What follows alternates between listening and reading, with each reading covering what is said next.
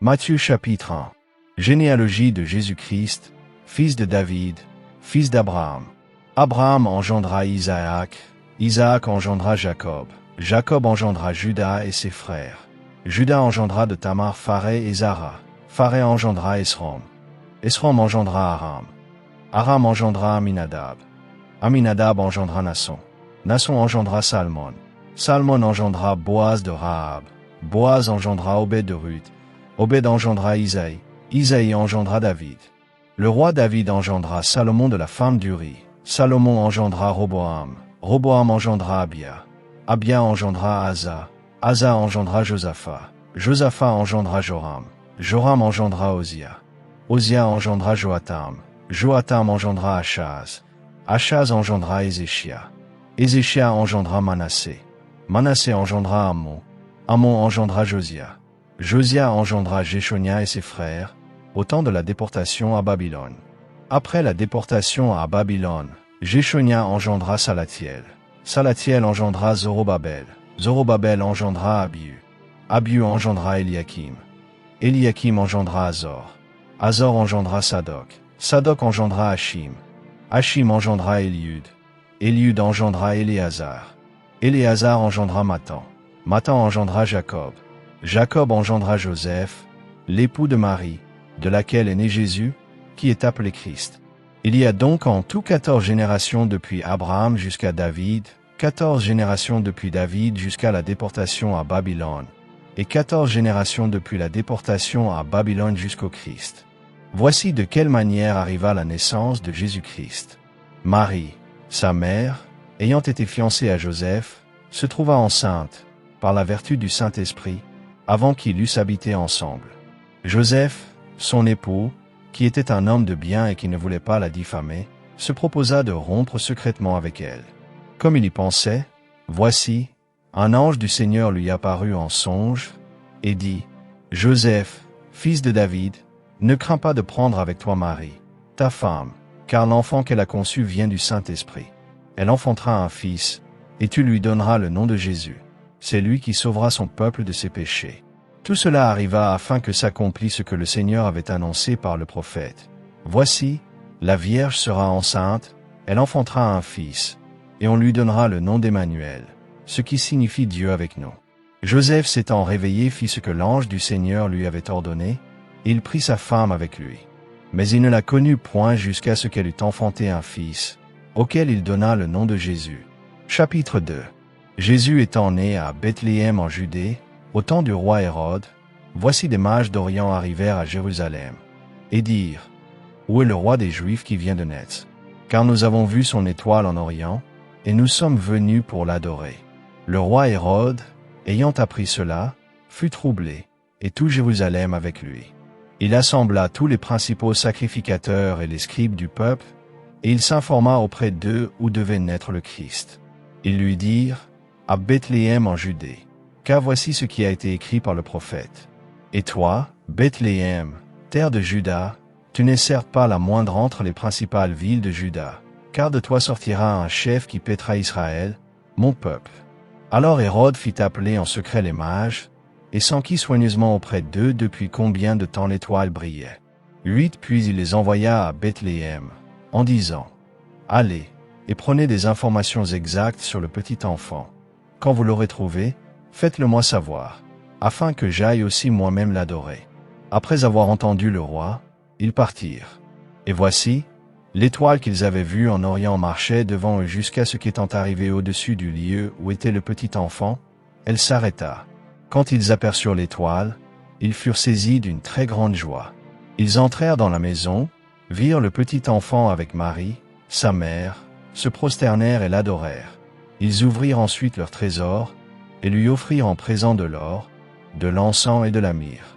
Puis, divinement avertis en songe de ne pas retourner vers Hérode, ils regagnèrent leur pays par un autre chemin.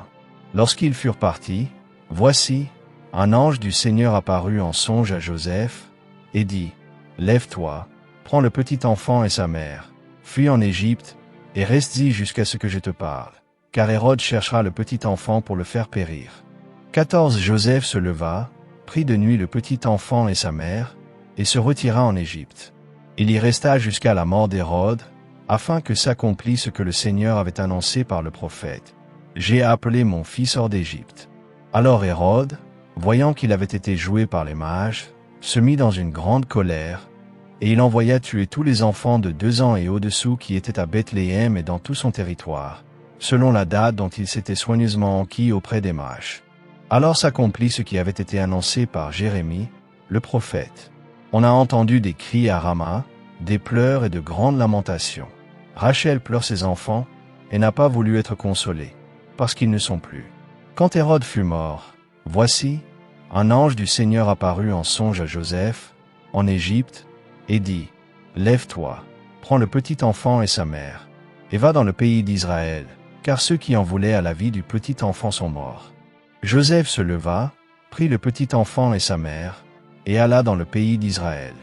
Mais, ayant appris qu'Archélaü régnait sur la Judée à la place d'Hérode, son père, il craignit de s'y rendre.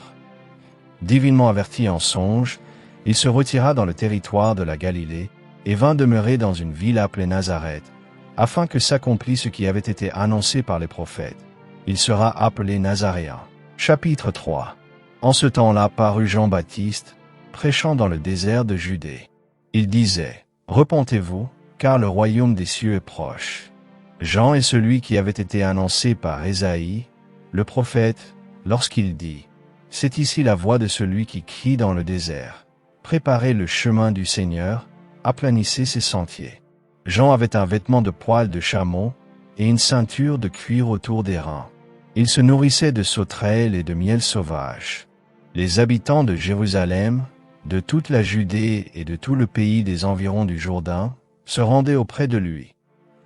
Confessant leurs péchés, ils se faisaient baptiser par lui dans le fleuve du Jourdain. Mais, voyant venir à son baptême beaucoup de pharisiens et de sadducéens, il leur dit, « Race de vipères, qui vous a appris à fuir la colère à venir? Produisez donc du fruit digne de la repentance, et ne prétendez pas dire en vous-même, « Nous avons Abraham pour père. » Car je vous déclare que de ces pierres-ci, Dieu peut susciter des enfants à Abraham. Déjà la cognée est mise à la racine des arbres, tout arbre donc qui ne produit pas de bons fruits sera coupé et jeté au feu. Moi, je vous baptise d'eau, pour vous amener à la repentance. Mais celui qui vient après moi est plus puissant que moi, et je ne suis pas digne de porter ses souliers. Lui, il vous baptisera du Saint-Esprit et de feu. Il a son van à la main, il nettoiera son aire, et il amassera son blé dans le grenier. Mais il brûlera la paille dans un feu qui ne s'éteint point. Alors Jésus vint de la Galilée au Jourdain vers Jean, pour être baptisé par lui. Mais Jean s'y opposait, en disant, « C'est moi qui ai besoin d'être baptisé par toi, et tu viens à moi. » Jésus lui répondit, « Laisse faire maintenant, car il est convenable que nous accomplissions ainsi tout ce qui est juste. » Et Jean ne lui résista plus. Dès que Jésus eut été baptisé, il sortit de l'eau. Et voici, les cieux s'ouvrirent, et il vit l'Esprit de Dieu descendre comme une colombe et venir sur lui. Et voici, une voix fit entendre des cieux ces paroles. « Celui-ci est mon Fils bien-aimé, en qui j'ai mis toute mon affection. » Chapitre 4.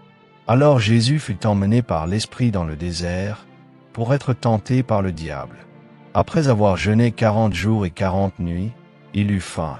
Le tentateur, s'étant approché, lui dit, « Si tu es fils de Dieu, ordonne que ces pierres deviennent des pains. » Jésus répondit, « Il est écrit, l'homme ne vivra pas de pain seulement, mais de toute parole qui sort de la bouche de Dieu. » Le diable le transporta dans la ville sainte, le plaça sur le haut du temple, et lui dit, « Si tu es fils de Dieu, jette-toi en bas, car il est écrit, il donnera des ordres à ses anges à ton sujet, et ils te porteront sur les mains, de peur que ton pied ne heurte contre une pierre. » Jésus lui dit, « Il est aussi écrit, tu ne tenteras point le Seigneur, ton Dieu. » Le diable le transporta encore sur une montagne très élevée, lui montra tous les royaumes du monde et leur gloire, et lui dit, « Je te donnerai toutes ces choses, si tu te prosternes et m'adores. » Jésus lui dit, « Retire-toi, Satan, car il est écrit, tu adoreras le Seigneur, ton Dieu,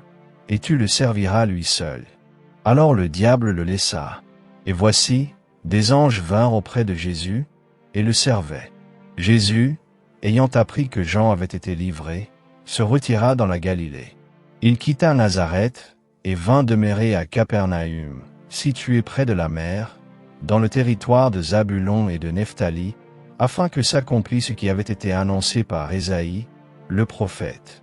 Le peuple de Zabulon et de Nephtali, de la contrée voisine de la mer, du pays au-delà du Jourdain, et de la Galilée des gentils. Ce peuple, assis dans les ténèbres, a vu une grande lumière. Et sur ceux qui étaient assis dans la région et l'ombre de la mort, la lumière s'est levée. Dès ce moment, Jésus commença à prêcher et à dire, « Repentez-vous, car le royaume des cieux est proche. » Comme il marchait le long de la mer de Galilée, il vit deux frères, Simon, appelé Pierre, et André, son frère, qui jetaient un filet dans la mer, car ils étaient pêcheurs. Il leur dit, « Suivez-moi, et je vous ferai pêcheurs d'hommes. » Aussitôt, ils laissèrent les filets et le suivirent. De là étant allé plus loin, il vit deux autres frères, Jacques, fils de Zébédée, et Jean, son frère, qui étaient dans une barque avec Zébédée, leur père, et qui réparaient leurs filets. Il les appela, et aussitôt ils laissèrent la barque et leur père, et le suivirent. Jésus parcourait toute la Galilée,